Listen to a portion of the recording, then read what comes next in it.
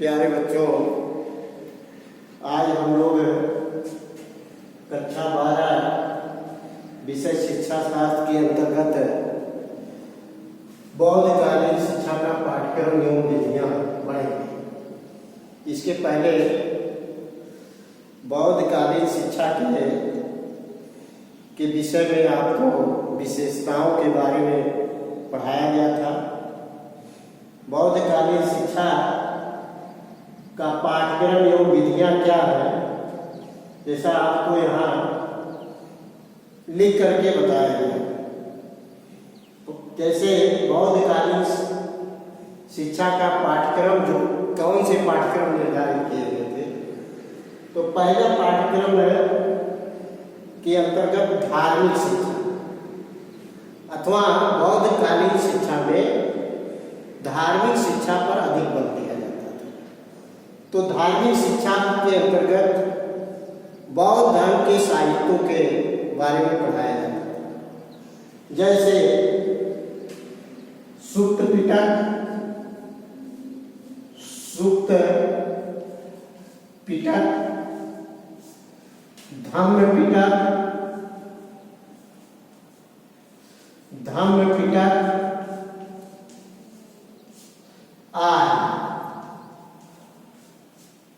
यानी कि ये धार्मिक शिक्षा के अंतर्गत बौद्ध धर्म के साहित्यों के बारे में अध्ययन कराया जाता था।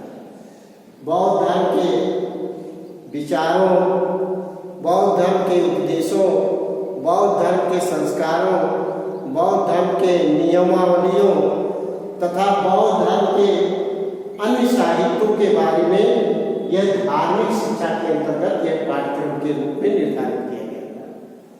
तो यह पहला पाठ्यक्रम था धार्मिक शिक्षा के अंतर्गत, जिसमें बौद्ध धर्म के धार्मिक साहित्यों को ही पढ़ाया गया। चूंकि बौद्ध धर्म एक नए धर्म के रूप में जनमानस में उभर कर आया था, इसलिए जनता के बीच में उसका प्रचार प्रसार करना उद्देश्य था।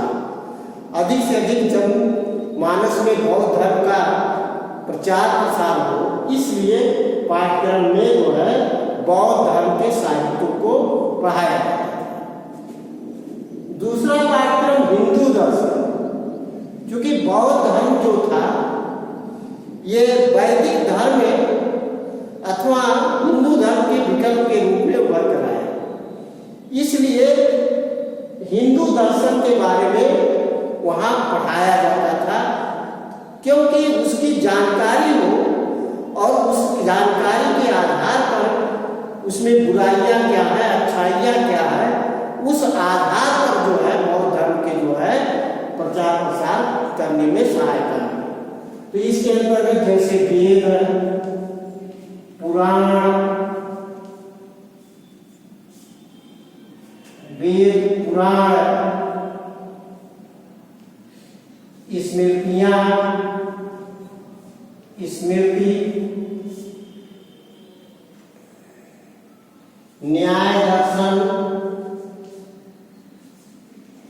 न्याय दर्शन आदि पढ़ाया जाता है।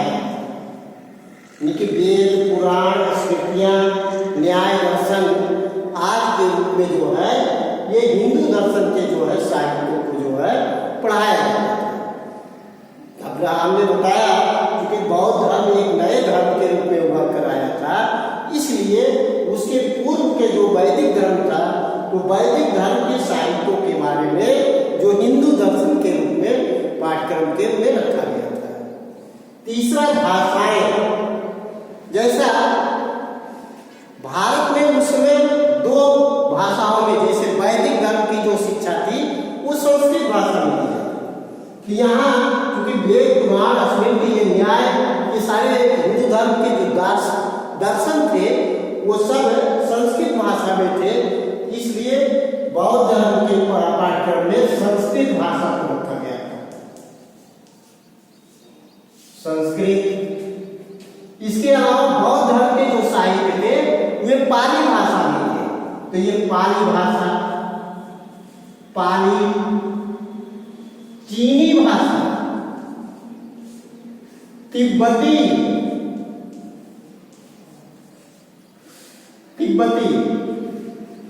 यानी कि बौद्धकालीन शिक्षा के पाठ्यक्रम के अंतर्गत भाषाओं में जो है संस्कृत भाषा को पढ़ाया जाता था, पाली भाषा को पढ़ाया जाता था, चीनी भाषा को पढ़ाया जाता था, तिब्बती भाषा को पढ़ाया जाता था। ये 4 भाषाएं जो है ये बौद्ध धर्म की जो है शिक्षा में पाठ्यक्रम में निर्धारित की गई थी। चौथा, विज्ञान और कला। विज्ञान के बारे में विशेष जानकारी जो है बौद्ध धर्म के अंतर्गत दी जाती थी।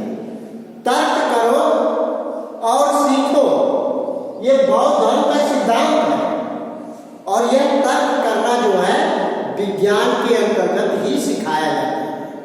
तो विज्ञान और कला के संबंध में जो है यह यानी कि पाठ्यक्रम के रूप में जो है ये बताया जाता है। इससे जो है यानी कि वैज्ञानिक और तर्कशील और कलात्मक है, जैसे तमाम तरह के जो स्थापत्य कला है, जो उस समय की कलात्मक है, चाहे वो वास्तुकला हो चाहे स्थापत्य कला हो, वह कला बौद्ध धर्म की शिक्षा का प्रभाव देखा जा सकता है।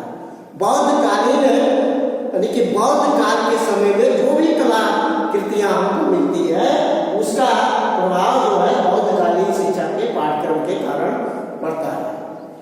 आगे आपको बौद्धकालीन की शिक्षण विधियां, बौद्धकालीन की शिक्षण विधियां कैसी थी, किस विधि के अंतर्गत पढ़ाया जाता था, तो यहाँ आपको 10 विधियां बताया गया।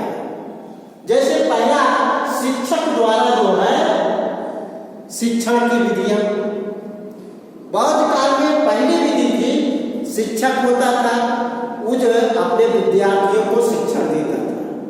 उसके द्वारा जो प्रातःकाल और सायंकाल 2 तरह की कक्षाएं लगाता था। प्रातः 7 बजे से 11 बजे तक, फिर शाम काल 2 बजे से 5 बजे तक जो है ये शिक्षक द्वारा शिक्षण दिया जाता था। ये शिक्षक द्वारा विधि जो है। दूसरा विधि प्रवचन व व्याख्यान विधि। प्रवचन है वह व्याख्यान विधि। तो ये यानी कि उसमें विद्यार्थी के अलावा और लोग भी शामिल किए जाते थे और ये जो शिक्षक होता था, जो व्याख्याता होता था, वो अपना प्रवचन करता जो होता था वह प्रवचन करता था, व्याख्यान देता था और सारे लोग सुनते थे और सुन करके जो है उस पर अमल करते थे। ये प्रवचन और व्याख्यान विधि दूसरी थी। तीसरी विधि वाद विवाद। किसी विषय वस्तु को जो है 2 समूहों के बीच में बांट करके दे दिया जाता था और उसके वाद विवाद रखा जाता था। जो ज्यादा बढ़िया अभिव्यक्ति कर लेता था तो उससे जो है यानी कि विद्यार्थियों को सीखने का अवसर मिलता था। ये वाद विवाद विधि थी। चौथा, प्रश्नोत्तर विधि। बौद्धकालीन शिक्षण विधि के अंतर्गत प्रश्नोत्तर विधि थी। जैसे शिक्षक द्वारा या संस्था विद्यालय द्वारा जो है प्रश्न दिए जाते थे और उन प्रश्नों का उत्तर विद्यार्थियों को ढूंढना होता था। यदि विद्यार्थी उस प्रश्न का उत्तर नहीं ढूंढ पाते थे तो शिक्षक के द्वारा जो है उनके प्रश्नों का उत्तर दिया जाता था। इसके अंतर्गत कभी दोनों तरफ से प्रश्न होते थे। विद्यार्थी भी प्रश्न करते थे और शिक्षक भी प्रश्न करते थे। तो इससे जो है यानी कि प्रश्नोत्तर विधि के अंतर्गत ये शिक्षा दी जाती थी। 5वीं विधि मॉनिटोरियल विधि। मॉनिटोरियल विधि यानी कि किसी भी विषय वस्तु को अध्ययन के लिए दे दिया जाता था और उसकी मॉनिटरिंग की जाती थी। या विद्यार्थी समूह से ही किसी यानी कि जो पढ़ने में ज्यादा अच्छा होता था ऐसे बच्चे को जो है मॉनिटरिंग करने के लिए दे दिया जाता था। वो मॉनिटोरियल विधि के नाम से जाना जाता था। 6वां, पुस्तक अध्ययन विधि। पुस्तकों को दे दिया जाता था और उस पुस्तकालय के माध्यम से बड़े बड़े, जैसा आपको नालंदा विश्वविद्यालय के विषय में इसके पूर्व बताया गया, तो वहाँ पे बहुत बड़ा पुस्तकालय था। तो ये विद्यार्थी क्या थे, वो पुस्तक ले करके उस पुस्तक को अध्ययन करते थे, तो उससे उनको जानकारी या उनको सीखने को मिलता था। वो पुस्तक अध्ययन विधि के नाम से जाना जाता था। सातवां सम्मेलन होता था, जिसे संगोष्ठी या सेमिनार के नाम से आजकल जाना जाता है। आजकल बड़े बड़े सेमिनार होते हैं, संगोष्ठी होते हैं, किसी विषय वस्तु को लेकर के, किसी समस्या को लेकर के जो है उस पर जो सम्मेलन बुलाया जाता था और उनमें सभी लोग जो विद्वान गए होते थे अपने अपने विचार रखते हैं और उस विचारों से उनको विद्यार्थियों को सीखने का अवसर मिलता था। ये सम्मेलन विधि द्वारा, निधिध्यासन द्वारा, निधि मतलब स्वयं ध्यान करके, ध्यानासन, चिंतन मनन जैसे जिसको कहते हैं, चिंतन विधि इसको कहते हैं, मनन विधि कहते हैं। जो आपने पढ़ा उसको पढ़ते या जो सीखा आपने वो एक ध्यान मुद्रा में उसको सोचते हैं, चिंतन करते हैं, तो वो निधिध्यासन विधि के नाम से जाना जाता है। नौवां देशाटन भ्रमण निरीक्षण, किसी भौगोलिक क्षेत्र को जो है अध्ययन करने के लिए वहां देशाटन कराया जाता था, भ्रमण कराया जाता था, निरीक्षण कराया जाता था, तो उसे देशाटन भ्रमण निरीक्षण विधि के नाम से जाना जाता है।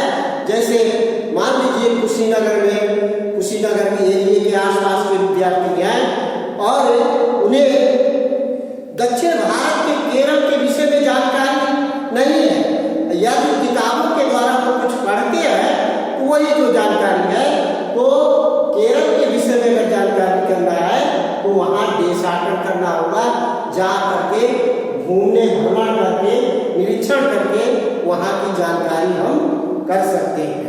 तो ये देशाटन भ्रमण निरीक्षण विधि के माध्यम से। 10वां व्यावसायिक एवं प्रयोगात्मक व्यवसाय व्यवसाय करने के लिए जो है लगाया जाता था, तो वह व्यवसाय विधि से क्या जानकारी होती है, सीखने का अवसर मिलता है और प्रयोग किया जाता था। किसी विषय वस्तु को लेकर के प्रयोगात्मक किया जाता था।